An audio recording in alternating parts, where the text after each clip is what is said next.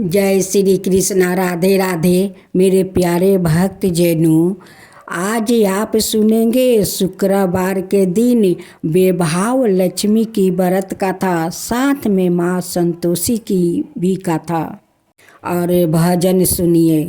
लक्ष्मी और संतोषी माता की कथा, उनकी भजन आरती सुनने से मन में शांति मिलता है और घर में सुख सुविधा माँ संतोषी और बेभाव लक्ष्मी भरी रखती है। अगर माता खुश हो जाती है तो वो अपना भक्त पर सारा खुशी लुटा देती है। तो आइए सुनते हैं बेभाव लक्ष्मी और माता संतोषी की व्रत कथा। संतोषी के साथ साथ बेभाव लक्ष्मी की भी पूजा होती है, उनकी साथ साथ उनकी भी कथा सुनी जाती है। जो मनुष्य शुक्रवार के दिन बेभाव लक्ष्मी का पूजा करते हैं, उनकी घर में कभी धन का कमी नहीं होती है। वो माँ लक्ष्मी हमेशा उनकी घर में धन भरी रखती है। उसलिए माँ संतोषी का पूजा करे तो साथ में बेभाव लक्ष्मी का भी किया जाता है। ये शुक्रवार के दिन माँ लक्ष्मी और माँ संतोषी का दोनों को पूजा होता है। दोनों को कथा सुनने से दोनों माता प्रसन्न होती है और उनकी घर में अन्न से धन भर देती है, अखंड सौभाग्य पति रखती है। माँ बेभाव लक्ष्मी बहुत कृपालु है। जितने कृपालु माँ संतोषी है, उतने कृपालु बेभाव लक्ष्मी भी है। दोनों माते अपना भक्त का वचन भी सुनते हैं और उनकी सारा कामना पूरा कर देते हैं। माता संतोषी और बेभाव लक्ष्मी के कथा सुने तो साथियों पूरा कथा सुने, ताकि माँ लक्ष्मी खुश हो जाए और अपना भक्त पर अपना कृपा बरसाए।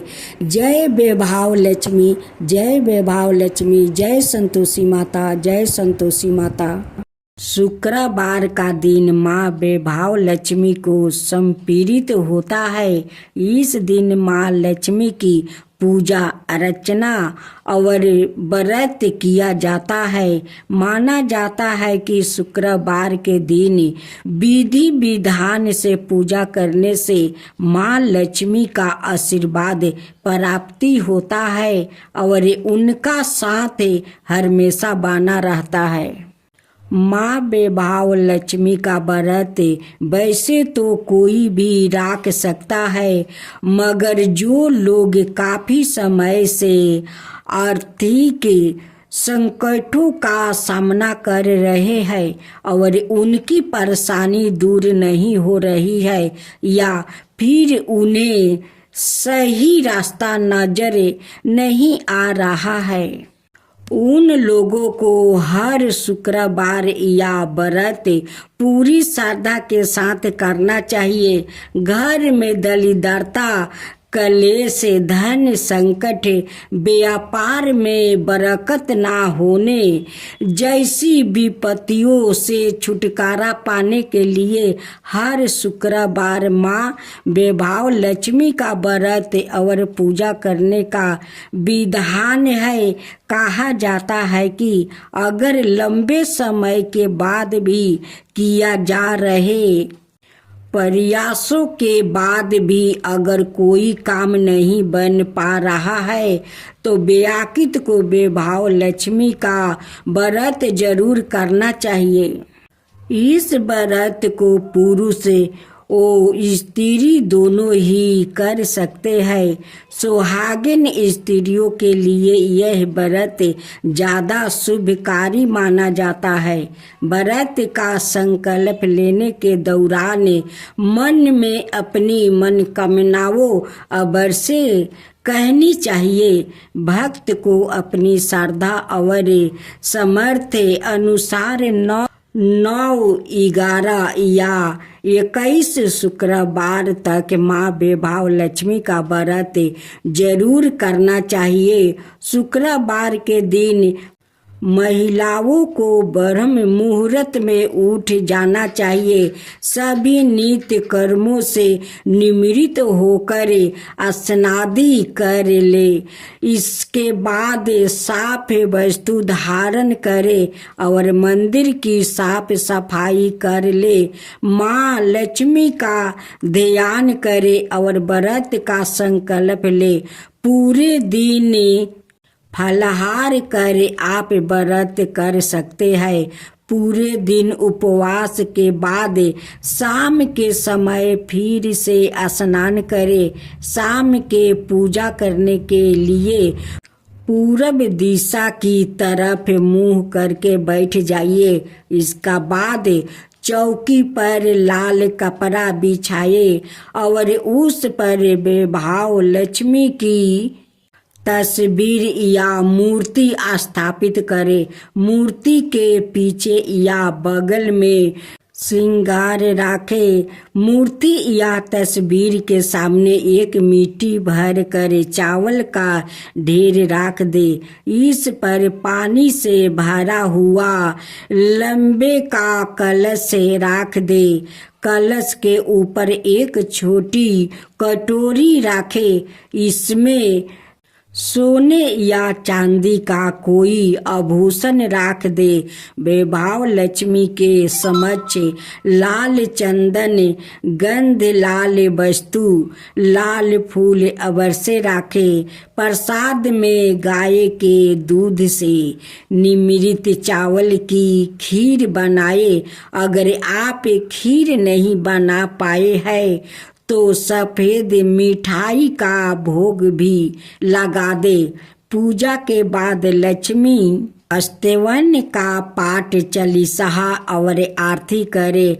साथ ही माँ के नियम मंत्र का जप भी करे।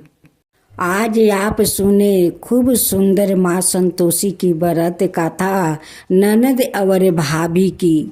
एक घर में ननद और भाभी रहती थी। दोनों में बहुत स्नेह थे और दोनों मिलजुल कर अपना घर के सारा काम कर लेती थी। ननद माँ संतोषी की पूजा करती है। शुक्रवार के दिन भाभी ननद को साथ देती है। पूजा में उनकी हाथ बटाती है। पूजा में सारा काम करती है।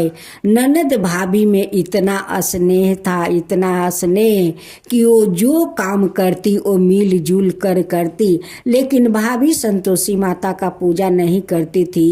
उनकी ननद माँ संतोषी के पूजा करती है। उनकी ननद का नाम रोहिणी थी। रोहिणी की माँ कहती है कि रोहिणी, काल तो मामा का घर जाना है, तुझे जाना होगा। रोहिणी कहती है कि माँ, मैं तो मामा के घर जाऊंगी, लेकिन मेरे माँ संतोषी का ख्याल कौन रखेगा। माँ कहती है कि रोहिणी, तेरे भाभी है ना, भाभी तेरे माँ संतोषी का ख्याल रखेगी। उनकी भाभी तो बहुत भोली थी। रोहिणी अपना माँ के साथ मामा के घर जाती है। रोहिणी 5 दिन के लिए मामा के घर गई थी। इधर उनकी भाभी संतोषी का बहुत ख्याल रखती थी, बहुत सेवा जतन करती थी। उनकी प्रतिमा के पास जाती है और कहती है कि संतोषी, मैं भोजन बना रही हूँ, तुम जल्दी जल्दी स्नान कर लो, देखो मेरा भोजन अभी अभी तैयार हो जाएगा। कह कर फिर रसोई घर में चली जाती है। फिर थोड़ा देरी के बाद आकर देखती है। कहती है कि माँ संतोषी, अभी तक तुम स्नान नहीं की, मेरा भोजन भी तैयार हो गया, जाओ जल्दी से स्नान कर लो। माँ संतोषी तो उनकी बात सुनकर उस फोटो से प्रकट हो जाती है। होकर जाकर कहती है कि भाभी बताओ मैं कहाँ स्नान करूँ। भाभी कहती है कि देखो बाल्टी में मैं पानी भर कर रख दी हूँ, जाओ स्नान जल्दी से कर लो। माँ संतोषी आती है, कहती है कि भाभी मैं तो स्नान कर लिया। भाभी कहती है कि थोड़ा ठहर जाओ, तुम्हारे लिए मैं आसन लगा दूं। एक पीढ़ी लगा देती है, उस पर लाल आसन बिछा देती है और कहती है कि अब बैठिए। भाभी हाथ में पंखा ले लेती है। अब माँ संतोषी को डोलाती है या कहती है कि अब भोजन कीजिए। माँ संतोषी कहती है कि भाभी इतना पसंद से मेरे लिए भोजन बनाई हो तो अपना हाथ से मुझे भोजन खिला दो। कहती है कि ठीक है, दो मैं खिला देती हूँ। भाभी अपना हाथ से माँ संतोषी का भोजन खिलाती है। भाभी तो रोहिणी से ज्यादा माँ संतोषी का ख्याल रखती थी। उन्हें स्नान कराती थी, उन्हें श्रृंगार करती थी, अच्छे अच्छे भोजन बनाकर खिलाती थी। जब रोहिणी 5 दिन पर अपना मामा का घर से लौट कर आती है, दौड़ी दौड़ी माँ संतोषी को देखने जाती है। देखती है कि भाभी तो बहुत अच्छे से ख्याल राखी है, उन्हें अच्छे अच्छे कपड़ा पहनाई है, सोलहो श्रृंगार की है। फिर भी रोहिणी अपना भाभी के पास जाती है, कहती है कि भाभी मेरे संतोषी का अच्छा से ख्याल राखी हो तो। भाभी कहती है कि जाओ ननद जी, अपना संतोषी से पूछ लो कि मैं ख्याल रखती थी या नहीं।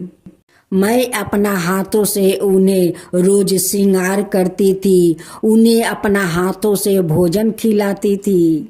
सासू माँ अपना बहू के बात सुनकर जोर से हंसने लगती है। कहती है कि यारे मेरी भोली बहू, कभी देवी देवता किसी के हाथ से भोजन करते हैं। रोहिणी जो हर शुक्रवार के दिन माँ संतोषी का जो भोग लगाती है, तब भोग का क्या माँ खा जाती है? माँ कभी नहीं खाती है। वो भोग पूजा के बाद उठाकर हम लोग सभी में बांट देते हैं। माँ कभी किसी को हाथ से खा सकती है? बहू कहती है कि माँ जी, आपको मुझ पर विश्वास नहीं है तो जाइए माँ संतोषी से पूछ लीजिए, वही आपको बताएगी कि मैं उनकी सेवा करती थी या नहीं। मैं अपना हाथों से उन्हें भोजन कराती थी या नहीं, जाइए उस संतोषी से आप पूछ लीजिए। ननद कहती है कि भाभी तुम सच बोल रही हो। भाभी कहती है कि ननद जी, मैं क्या झूठ बोल रही हूँ, मैं सच बोलती हूँ। रोहिणी अपना माँ से कहती है कि माँ, लगता है भाभी झूठ नहीं बोलती है, वो सच बोलती है। वो सचमुच का संतोषी माता उनकी हाथ से भोजन करती थी। सासू माँ कहती है कि बहू तुम सच बोल रही हो। बहू कहती है कि हाँ माँ जी, मैं सच बोल रही हूँ। मैं रोज उन्हें श्रृंगार करती थी, अपना हाथ से उन्हें भोजन खिलाती थी। सासू माँ कहती है कि बहू अगर ऐसा बात है तो काल भी तुम संतोषी के जैसे 5 दिन श्रृंगार किया, 5 दिन अपना हाथ से भोजन खिलाई, काल भी अपना हाथ से खिलाओ। हम लोग माँ संतोषी का दर्शन करना चाहती हूँ। फिर उनकी भाभी सुबह उठती है, घर के काम कर लेती है, नहा धोआ कर संतोषी माता का पूजा कर लेती है। फिर उन्हें भोजन बनाने जाती है तो कहती है कि माँ संतोषी, आप जल्दी से स्नान कर लीजिए, मैं आपके लिए भोजन बनाने जा रही हूँ, आप देरी मत कीजिए। रोहिणी और उनकी माँ छुप कर देख रही थी कि देखती हूँ कि आज माँ संतोषी उनकी हाथ से भोजन करने आती है या नहीं। फिर भोजन बनाकर जाकर देखती है तो कहती है कि संतोषी अभी तक स्नान नहीं किया, भोजन तैयार हो गया है, जल्दी जल्दी स्नान कर लो। संतोषी अपना प्रतिमा से प्रकट होती है कहती है कि भाभी मैं कहाँ स्नान करूं? कहती है कि वहीं पर बाल्टी में पानी भर दिया है, वहीं पर स्नान कर लो। संतोषी आती है, कहती है कि भाभी अब भोजन दो। कहती है कि ठहरो, पीढ़ी लगा देती है, उस पर आसन बिछा देती है और कहती है कि इस आसन पर बैठो। बैठ जाती है और वो पंखा डोलाने लगती है। कहती है संतोषी की भाभी आज भी अपना हाथ से मुझे भोजन खिला दो। अपना हाथ से भाभी माँ संतोषी का भोजन खिलाती है। उसी समय माँ बेटी वहाँ पर आ जाती है और दोनों माँ बेटी हाथ जोड़कर माँ संतोषी से क्षमा मांगती है। कहती है कि हे माँ संतोषी, आज आपको दर्शन हो गया, मेरी बहू के कारण दर्शन हो गया।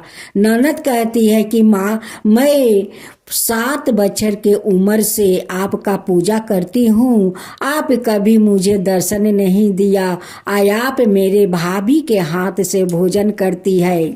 माँ संतोषी कहती है कि रोहिणी, तुम तो पूजा पाठ करती हो, भोग लगाकर चली जाती हो, लेकिन तुम्हारी ये भोली भाभी वो मुझे आकर कहती है कि माँ संतोषी स्नान कर लो। वो मेरे लिए भोजन बनाकर ले आती है, मेरे लिए पीढ़ी लगा देती है, उस पर आसन बिछा देती है, मुझे बैठा कर बड़ा प्यार से वो पंखा डोलाती है।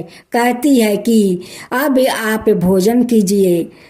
मैं तो उनकी हाथ से भोजन कर लेती हूँ, इसलिए उन्हें दर्शन दिया है। माँ संतोषी ननद भाभी को आशीर्वाद देती है और कहती है कि ननद भाभी में ऐसे ही स्नेह बने रहे, सौभाग्यवती बढ़ता रहो, तुम्हारा गोद में जल्द से जल्द संतान आएंगे।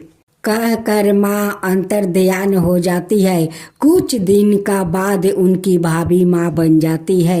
उनकी घर में खूब सुंदर एक बालक को जन्म देती है। उनकी घर में खुशियाँ भर गया।